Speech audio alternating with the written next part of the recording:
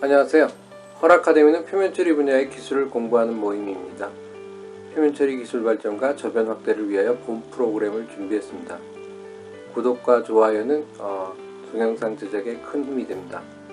잘 부탁드립니다. 오늘 말씀드릴 내용은 표면처리와 이온화 경향 두 번째, 착화제입니다. 먼저 이 동영상을 보시기 전에 가능하면 도금의 균일 전착성, 저번에 했던 표면처리와 이온화 경향을 한번 보시면은 많은 도움이 될 거라고 생각합니다. 그래서 혹시 안 보셨던 분들은 그 내용을 먼저 보시고 이걸로 연결하시는 것이 좋다고. 오늘 말씀드릴 내용은 그래서 동도금 용액에서 철을 도금할 경우 철 표면에 치환이 안 되고 도금이 된다. 이온화 경향에서 보면은 동이 철보다 귀하기 때문에 그 용액에 철이 들어갔을 경우에는 표면에 다 동이 석출된다고 했거든요. 근데 뭐 철에다가 이제 도금을 하는 경우가 있기 때문에 이제 어떻게 그렇게 되는지에 대해서 이제 설명을 하려고 합니다. 예를 들어서 아연 다이캐스트, 철 얘기인데 아연은 훨씬 더 이제 비한 금속이에요. 여기다 동을 도금하는 원리에 대해서 한번 설명드리면요. 일반적으로 금속이온은 강산성 환경에서는 용해되고, 그래서 그림을 보시면은 지금 Y축이 금속 이온 농도입니다. 그래서 산성에서는 금속 이온 농도가 높다는 거니까 용해가 잘 되어 있다는 얘기죠. 근데 이게 중성으로 가서 pH 한 7 정도 또는 알카리에서는 침전하는 것들이 있고요. 또 중성에서 침전됐다가 다시 알카리성에서 재용해하는 그런 양성 금속으로 이렇게 분류가 됩니다. 그래서 대부분의 금속이라면 쉽게 산성의 도금액을 만들 수가 있어요.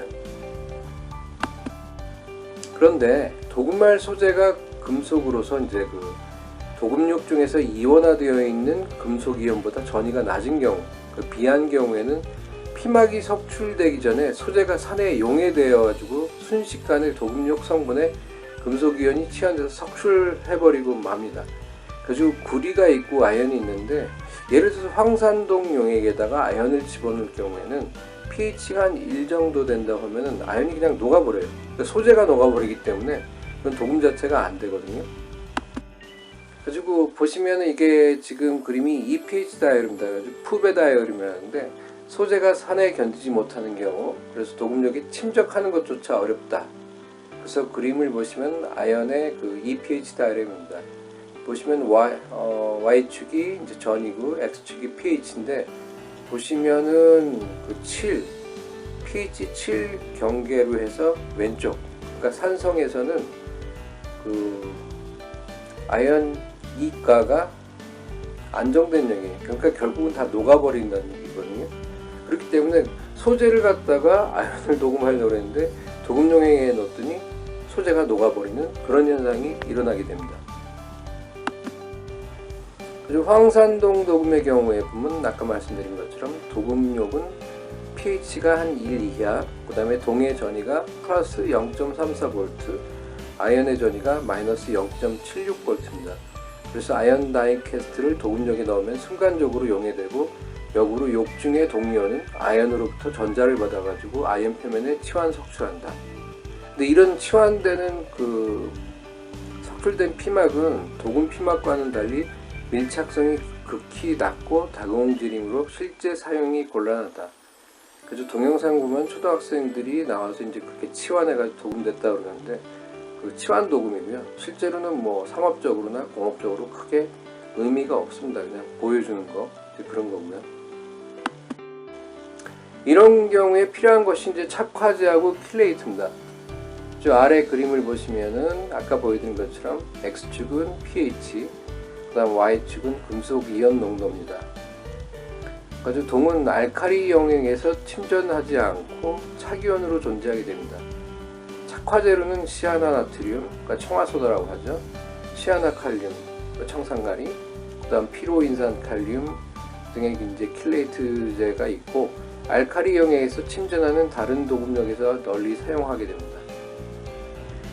그래서 착화제나 킬레이트제를 첨가하는 것에 의해서 금속이온은 착화제의 베이저와 베이결합을 하고 착이온이 돼서 용전 가능한 농도가 비약적으로 증가한다.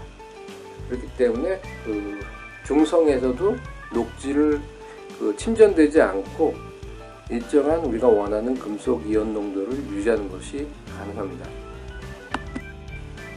배위자라는 것은 창물 속에 중심 원자에 결합되어 있는 이온 또는 분자의 총칭을 얘기하고요.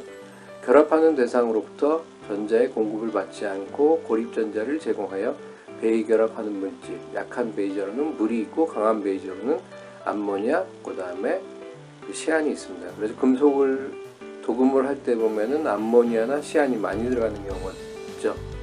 여러분 보시면은 이제 그게 배위자 역할을 하는 거고요. 아주 킬레이트는 한 개의 리간드가 금속 이온과 2개 이상에서 배위결합을 하여 생긴 착이온을 뜻한다. 예를 들어서 구리가 포함된 용액에 에틸렌 다이아민의 수용액을 가할 때는 구리는 에틸렌 다이아민의 2개의 아민기에 질소 원자 결합하여 고리 모양의 착이온을 만드는데 이렇게 생성된 화합물을 킬레이트라고 한다. 킬레이트를 형성하는 대표적인 리간드로는 에틸렌 다이아민, EDTA 등이 있다. 요즘 킬레이트라고 해가지고 보면 그림을 그렸는데 새우나 게의 집게를 뜻하는 거로서 이제 그리스어인데요.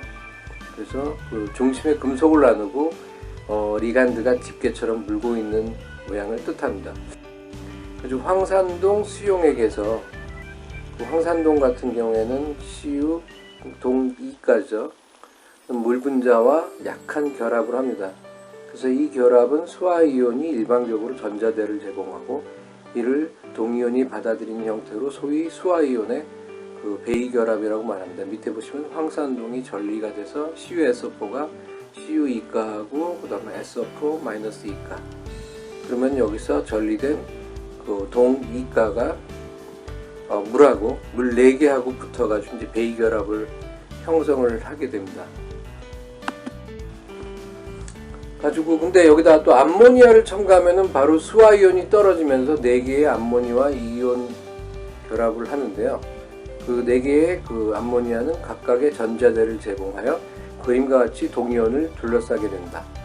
그래서 동과 암모니아의 착이온이며 암모니아를 배위자라고 하고요. 착이온은 양이온을 제공하지 않는 이가의 동이온을 만들어 알칼리성에서도 침전하지 않고 아까처럼 용해되어 있는 상태로 됩니다. 그렇기 때문에 우리가 산성이 아니더라도 금속의 용해도를 유지하면서 용액 상태로 유지하는 것이 가능하겠죠. 시안이온도 강력한 베이지입니다. 그래도 도금 보면 시안이 참 위험한데 시안을 많이 써요. 그래서 최대로 해서 4개의 시안이 각각 고립전자로 1개의 동이온을 둘러싸고 알칼리성 용액에서도 용존이 되고 그 다음에 이 경우에 착이온이 이온가는 마이너스 3가가 됩니다. 한 조의 전자대를 갖는 화합물을 착화자라고 하고요. 일단 밑에 그림을 보시면은 이렇게 왔다 갔다 하는데 이제 2개를 가졌을 때, 1개를 가졌을 때 마이너스 1가, 그 다음에 2개를 가졌을 때 마이너스 2가, 그러니까 최대로 해가지고 가졌을 때는 마이너스 어떻게 되겠어요? 마이너스 3가죠. 그렇게 되겠습니다. 자, 그렇게 되는데, 자, 이걸 어디다 쓰느냐?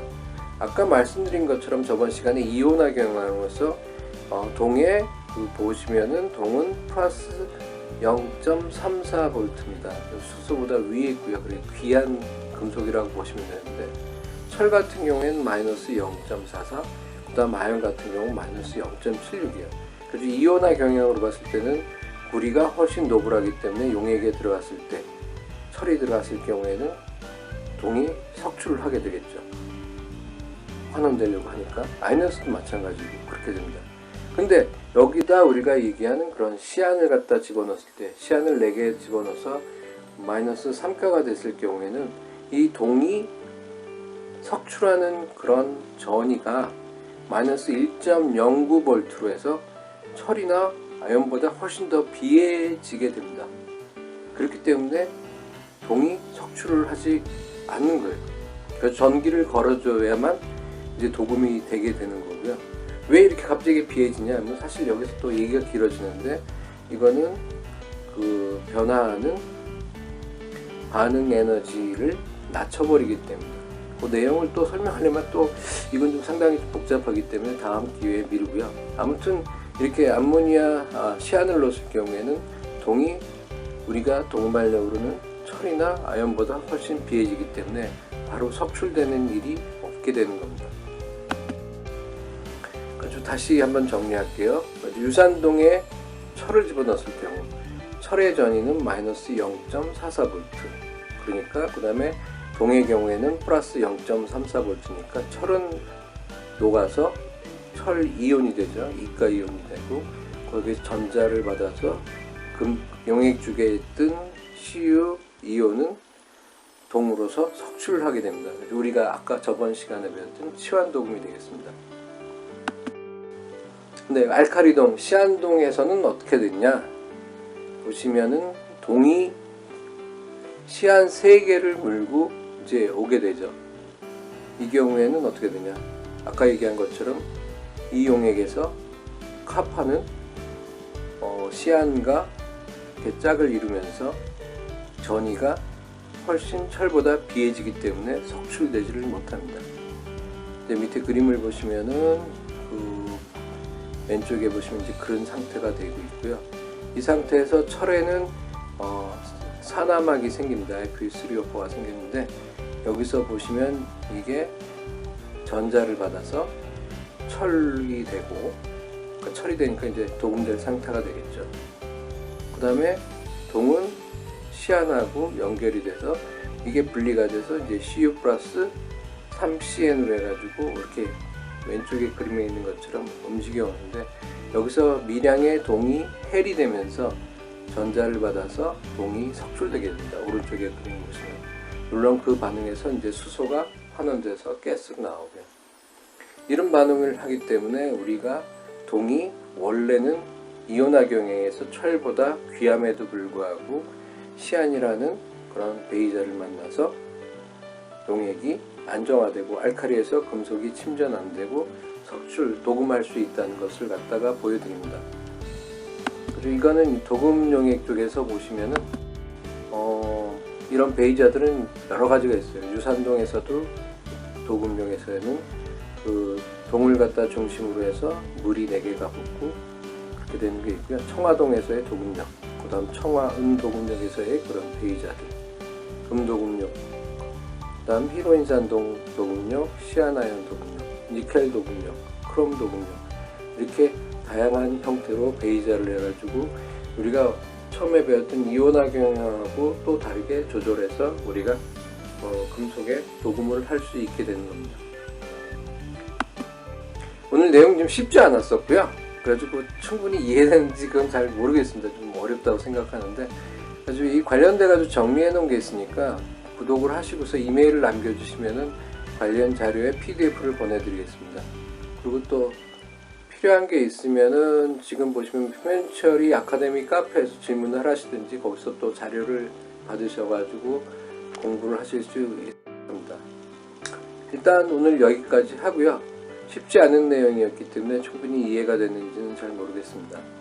근데 뭐 그거는 아까 말씀드린 그런 자료라든지 그 다음에 다른 자료를 통해서 또 필요하시면 뭐 거기 Q&A에 질문을 남겨주시면 또 그런 거에 대해서 대답을 드리겠습니다. 아무튼 좋아요, 구독 부탁드리고요. 다음에 또 찾아뵙겠습니다. 감사합니다.